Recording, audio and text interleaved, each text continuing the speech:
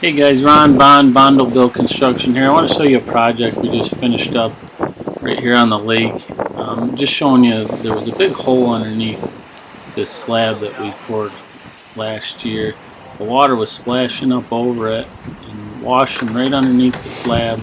We put some big Gamian rocks and stuff in there last year. And the rocks and stuff stayed, but the pylons weren't drove in deep enough. Out in that, there's a stairway here, and the material would just wash right out and underneath the pylon. So we got with the customer, decided we would just pour this thing bigger so that when the waves come crashing over the top, they would actually land on concrete and it'll have a nice pitch to it and run back down into the lake. So just trying to show you, sometimes we can't get concrete to places, so we'll use the tractor a lot. We use the track buggy sometimes, but a lot of times if it's smooth and easy going, there's not a lot of mud and stuff, I use the Kubota tractor. And we did this whole job with the Kubota tractor. We moved 15 yards of dirt and gravel, tamped it all in, and moved 15 yards of concrete. And it was really just four of us doing it. And one guy was on the tractor. That was pretty much me all the time on the tractor. The other guys were doing a lot of the work. Works out pretty good. You know, if you got a tractor and you got to move concrete, I wouldn't hesitate to use it. We just use a standard buck on the tractor. I haven't got a bigger buck or nothing. So here we're starting out, filling in with some gravel, just so we don't have to pour it so thick. We're shooting for like 7 inches thick on the whole thing. So we had to go through and fill it in with the gravel and tamp it. So here's the tractor there. We dumped about half a load, a 10-wheeler load in this area. And then we dumped the other half kind of down the hill and across the road so that we didn't put too much in here and have to take it out. So here I'm just spreading it out with the tractor. And we didn't want the gravel to go underneath the pad because I wanted to fill that hole up with concrete. I wanted to make sure that the concrete would run underneath that slab. So that's why we kept the gravel out of that area. Just going to spread it around. Thanks for watching my video. I'll jump in here and there as we go, try to explain to you what we're doing and how we did it. Thanks again for watching, guys. Let's talk about this big hole for a minute right there. It goes underneath that concrete. I had no idea how much concrete that was going to take.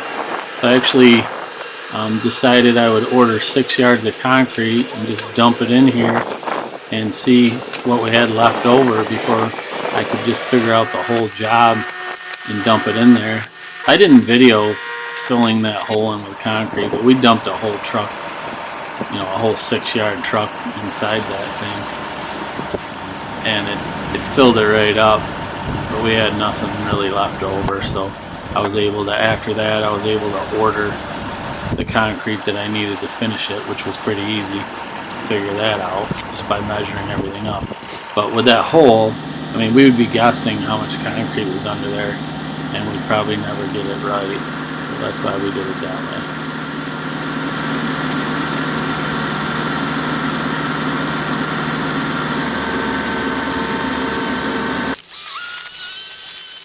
The one thing we did with this pad is we went ahead and just kept filling it in, and Matt was magging off the edges around the other pad and along the grass line side.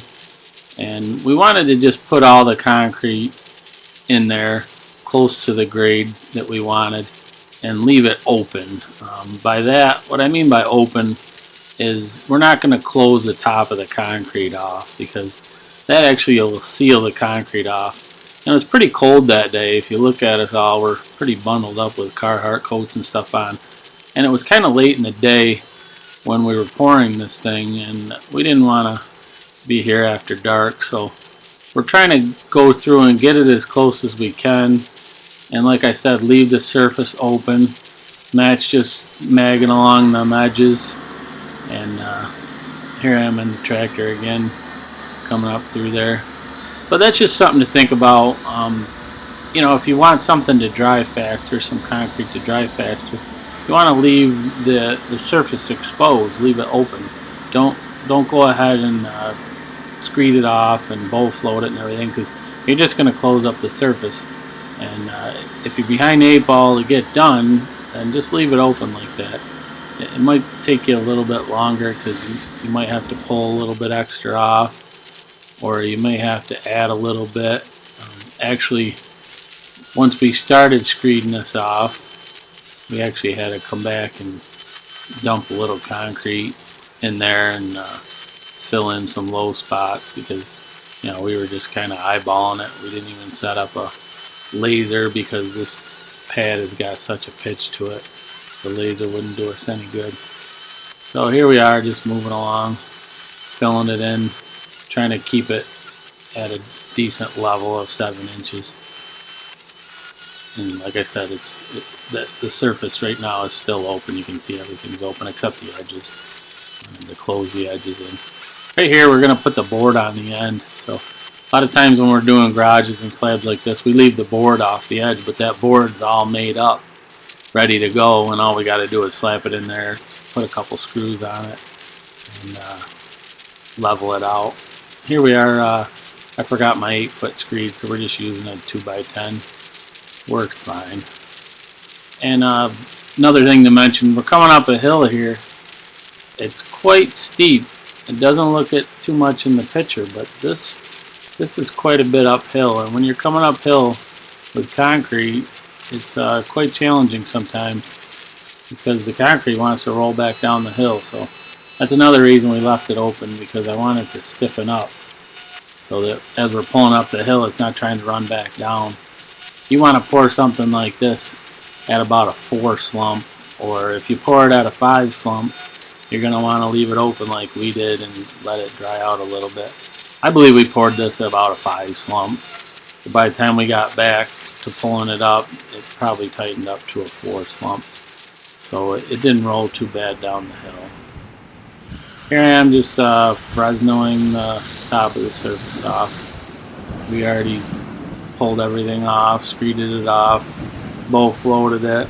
We edged all the edges with a edger. And now we're just gonna hit it with the Fresno. Smooth out the surface a little bit. Actually, we had to go home after I Fresnoed this. We actually took the tractor and stuff home and let it sit for about another hour and a half, just so it tightened up. I don't know why they do it, but sometimes the concrete drivers will add water without asking you. So right at the end of this pour, I think his chute was getting a little clogged up, so the concrete driver decided to add a little bit of water, which that's a no-no, especially at the end of the job. So we had to wait on that a little bit because the brooming wouldn't have looked that good if we tried to broom it right then. It just wasn't ready. We went home, had a couple beers, and came back, hit it with the broom, and it come out pretty nice. Then we picture framed the whole thing. We hit it with a brass edger first, which sets the stones while the concrete's green, and then you go through after you broom it and hit it with a steel edger, a thin edge steel edger. The magnesium, brass type edgers are thicker, and they'll set your stone. It's almost like the difference between a mag float and a steel trowel. It's the same difference. You want to set those rocks in with your brass edger or your magnesium edger, the thicker one, and get your thin one at the end when everything, you're just hitting it one last time. If you guys like these videos, go ahead and hit the like button, and think about subscribing to my channel. We do a lot of concrete. Can teach you a lot of stuff I've learned the hard way through the years before there was a YouTube. Like I said, thanks again for watching. Throw me a comment if you think of something. You got any questions, feel free. Thanks again.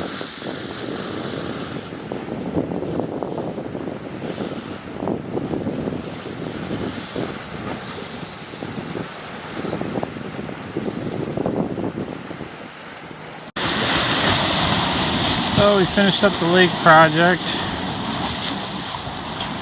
This is what it looks like.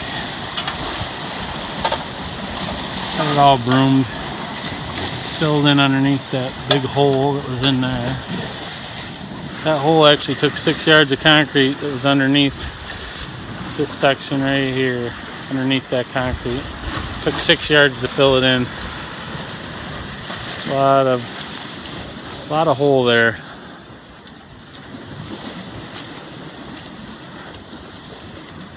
This job took 15 yards of concrete. 6 yards down underneath the slab of the washout, and another 9 yards or 9¼ yards on top. So we didn't have any concrete left over. So it's 15¼ yards. This is what we had left over. Maybe a shovelful. Looks pretty good. Nice day to be on the lake. Thanks for watching.